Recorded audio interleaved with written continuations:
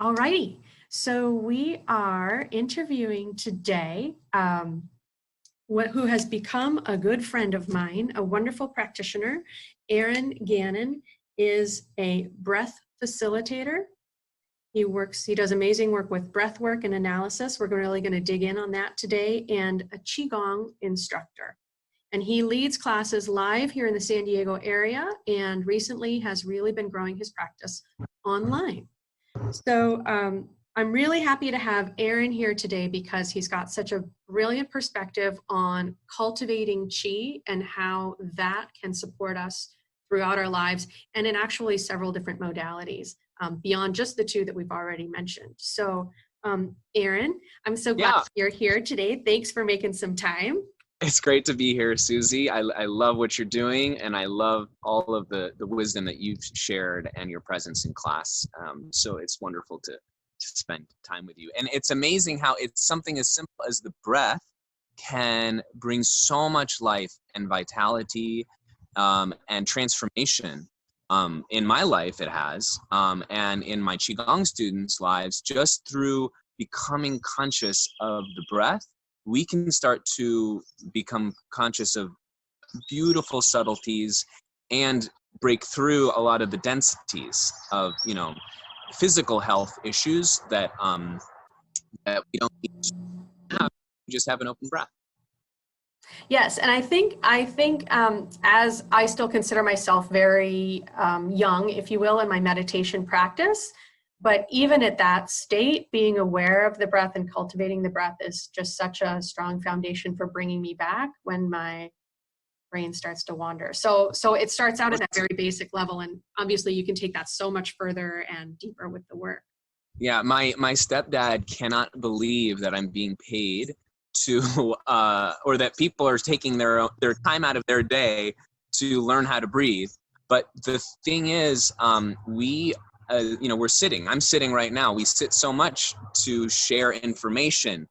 The diaphragm is a really underutilized part of our body. And the more we can breathe into the diaphragm and into the lower belly region, the more we can increase the good that we're taking in, right? We like to say the inhale is breathing in the good and the exhale is letting go that which is not serving us.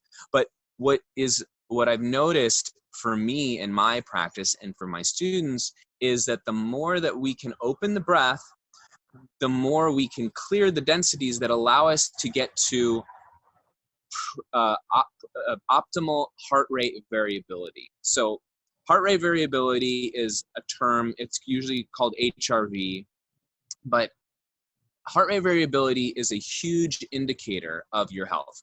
Pulse used to be the way that we determined our health. You would get like the wristband pressure test. That is no longer what is the leading indicator of health. Heart rate variability. It's our ability, it's the time in between heartbeats and the shift in timing that can take place between those heartbeats. So we want to have flexible heart rate variability, elastic heart rate variability. We don't want it to be flatline, because what that's indicative of is stagnant, restricted response. We want to be able to, perhaps we enter a quick stressful situation, but our heart is able to very quickly come back down and we save heartbeats. There's an amazing teacher of breath, this type of breathing, heart rate variability, solely heart rate variability. His name is Forrest Knudsen. He's on YouTube, and if you can link to one of his videos. I link to his videos on my website, aarongannon.com, and you click on the breathwork tab. But what I have learned from him is that heart rate variability is such an easy and powerful heart rate variability breathing, easy and powerful breathing technique that can bring us into presence. And you don't even need to come to someone like me to learn how to do it, because it's so easy. Simply, you breathe in as a starting exercise. You breathe in 4 counts and you exhale slightly longer. So maybe 4.5 or 5 counts. And The other thing is you remove the pauses in the breath, and that's it. What I mean by pauses is you breathe in through the nose, 4 counts, and then immediately exhale for 4.5 or 5 counts. You're feeling a slight lengthening of the exhale, and what that helps us do is to just slow down the heartbeat, and we're saving heartbeats. And if we save heartbeats, we get to live longer. But not only that, we get to live longer because we're not stressing ourselves out. So I really encourage everyone that's doing breath work. Just to step back a little bit, there's so much breath work out there. You'll hear it, the term breath work, which is what we're talking about today. But I believe that any kind of breath work you do should always end with heart rate variability breathing. What Forrest Knudsen teaches, what I am teaching, it's the gold standard for improved healthy heart and vitality. But what I'm doing is in my breath work, I call it, I've been toying with different, names, golden breath, but like really I'm combining diaphragmatic breathing with heart rate variability breathing. So diaphragmatic breathing is where we breathe into the diaphragm more deeply through the mouth, and we're not pausing. Just like with heart rate variability, we're not pausing in between the breaths. And this is key because the pause in the breath is kind of like this trap door where our consciousness wants to go, and then we can check out in those pauses. So it's a very simple breathing technique or meditation technique or just awareness technique of removing the pauses. Doesn't give us any excuse for the mind to wander. It tethers us to being present in the moment.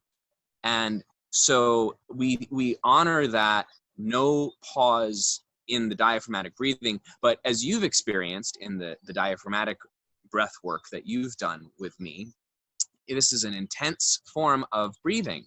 We are breathing in through the mouth, and we're breathing so we can first bring in more oxygen than we're used to bringing into our bodies that are used to being sedentary, that are not having, good flow.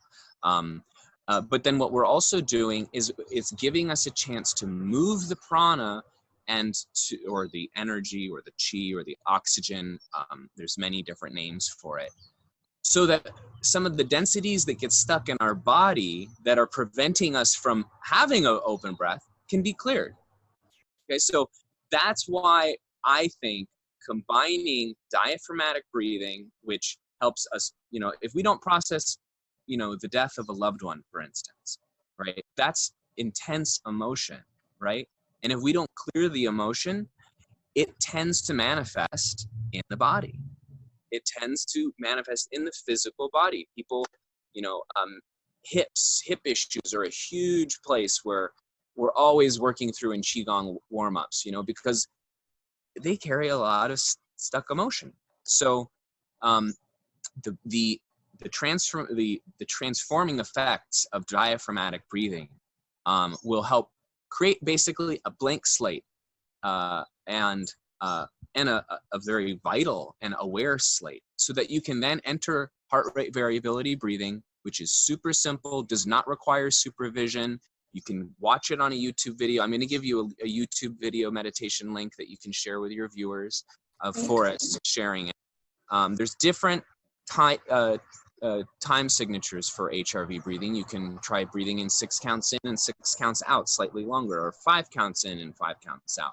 But the point is, it's controlled, no pauses, and the exhale is slightly longer. I've kind of been talking, but the last point I wanted to make is when we are creating that perfect, a clearer vessel for us to be able to notice more subtle aspects of heart rate variability, it is important that you breathe someone that is skilled and has done this work for a long time and knows how to release in acupressure points stagnancies that can form in the body when you're breathing. Intensities can arise, and if you breathe alone, sometimes that can be overwhelming. But if you have a practitioner the first thing that they're going to do is just make sure that you breathe. You keep breathing. And as long as you keep breathing, you're going to breathe through it. The breath, the prana is so intelligent. It's not just pumping in a bagpipe. This is the chi is moving, and it will move through the complexities and the densities in the most intelligent way. More than I would say a surgeon, but this isn't medical advice, and I'm not a doctor. So, of course, always room for all the modalities, including surgery. But the benefits of breath, on my website, I have a long list of them. But I mean, it everything from stress reduction, mental clarity, energy levels, addiction resolution. The founder of one of the forms of breath work that I've studied a number. She resolved a cancer issue with her throat. So that's what she has attested to So there's so much possibility with just opening the breath. Just breathe and believe. And I think that's really incredible that it can be that simple, because in a lot of aspects, we've kind of given over our power to medical practitioners or the latest guru or whoever's got media time, right? And their latest, greatest idea must be more important than our own intuition. And so one of the things I really want to weave through this whole week is plugging people back into listening to themselves, hearing their body, understanding what emotion it is that's coming up, because sometimes we just feel like we're too busy, we don't have time, or it's too confusing, and we kind of gloss over it, and we don't give ourselves the opportunity to have that experience of exploration. So yes, we can ask where that came from and give it a chance to work out. Yeah, and maybe this kind of breath work and HRV breathing isn't going to resonate with some of the people that hear this. And great, because that means they can try out the other modalities that you're highlighting, so that the experience of, oh, this is working, that can register. I know that sounds so simple, but even for me, in my, I used to be a vice president of marketing, and I had a huge, amazing shift as I was able to kind of pursue these things that I've always been interested in and that I've practiced, but now I devote it full time to it. But there was not as much feeling and being able to sense super simple things that are simple now to me, but before they were overwhelming to encounter when something was not working, or when it was working. Sometimes when you meet the medicine that serves you, it can be a little overwhelming because it can dredge up something that you have been avoiding for so many years. And that's the beauty of the breath work. That's the beauty of Qigong. I know you spoke with another Qigong practitioner for your series. It is a way to enter the space between the notes, the silence where we can notice and feel, and then we can express, we can be vessels of light and of sharing our truest, most awesome self, but we have to be able to feel it first. And it might be weird to say that I can't feel what's working for me, or, so it's great, I think, Susie, that you are highlighting, so many different opportunities for people, because this not the silver bullet does not exist. Exactly. Does not exist, and yet there are so many golden nuggets out there, and that are waiting for you to discover them. Yeah, and I think it's really important to take that spirit, which comes through when I'm talking with you, that like playful, curious spirit as we're trying out things. Maybe it'll work, maybe it won't, maybe it doesn't work the first time, but you could keep at it, and that door starts to open and you start to discover more than you even think possible. The hiccup for me would be, I would notice the teacher and they would speak about so excitedly that this was the thing that is going to save you. And I would be like, yes. And the thing is, it's not, it is all up to our own experience to be the filter and to be the guide. We are our own guru. You are your own guru. So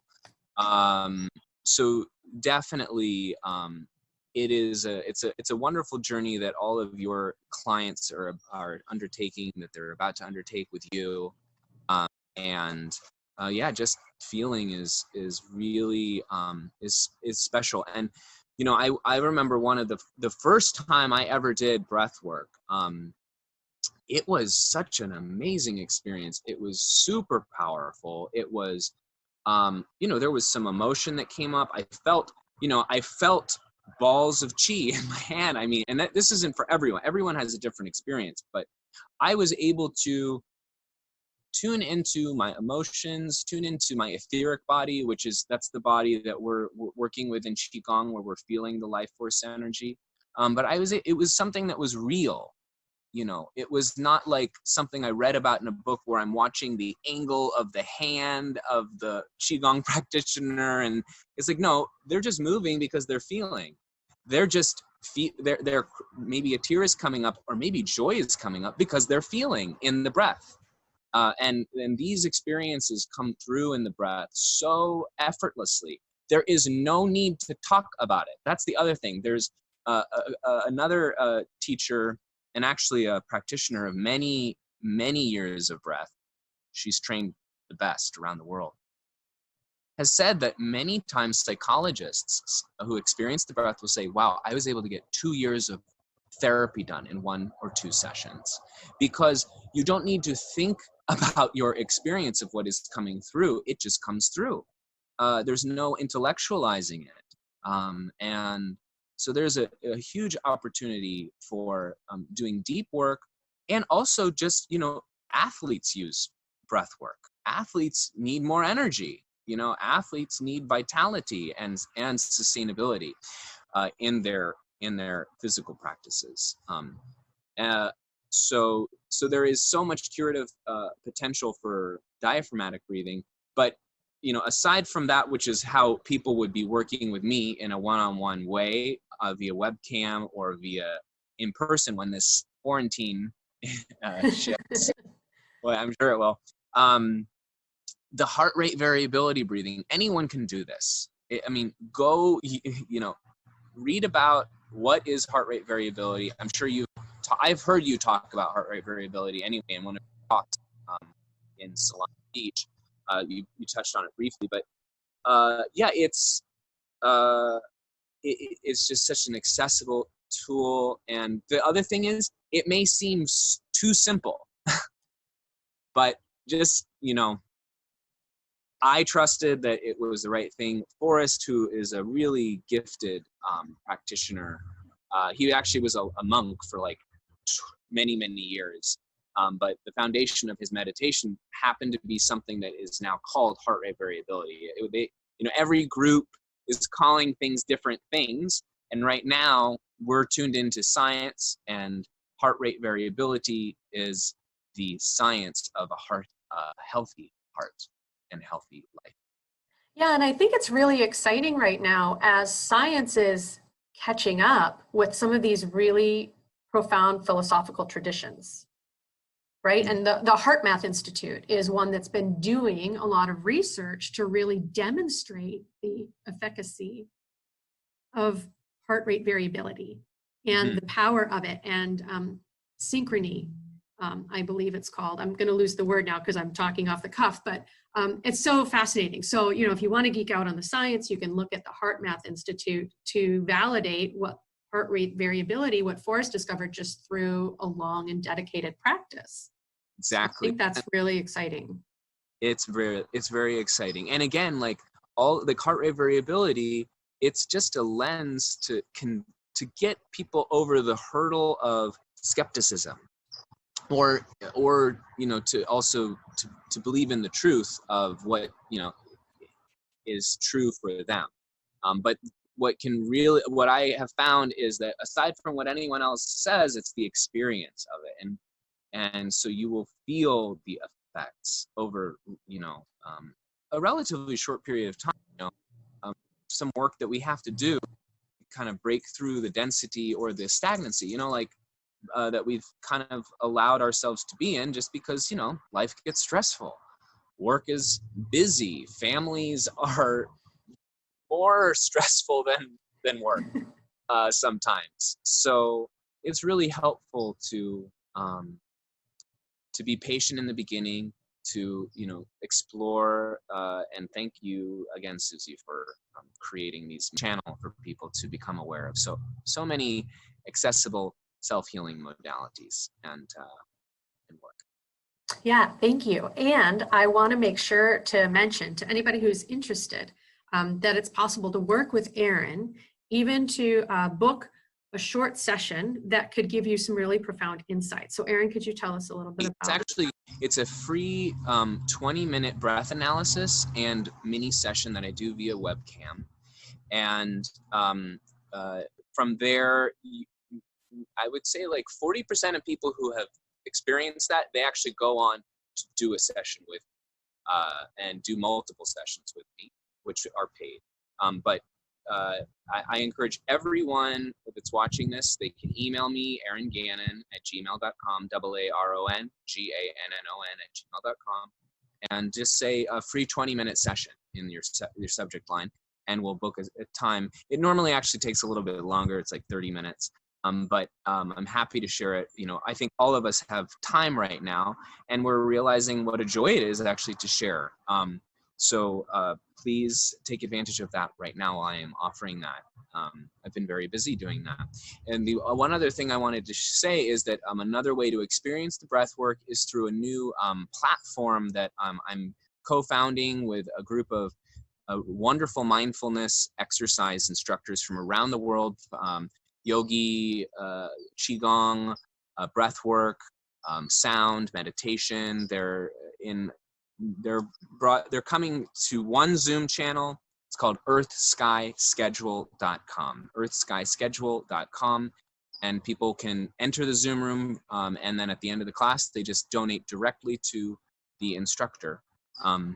It's pretty cool, but they're excellent instructors. I know I know all of them actually, because I helped co-found this. So.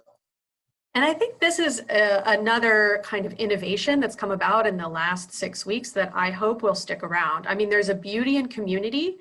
I know from my experience in theater that I really hope that these shared experiences come back together. And there's nothing like being in a yoga class or being in a meditation room and feeling that energy. However, the ease of access for online classes, it's taking the travel out of the way, it takes the childcare off the list, like it makes it so much more accessible to people. So I think this is a really perfect time to explore, and this is a great one-stop shop, like see what classes speak to you. I kind of think of it as like the sorting hat in Harry Potter, that where they all get assigned to like different schools, Well, you've got to feel what school feels right for me. Is it qigong? Is it yoga? Is it breath? Is it what is it?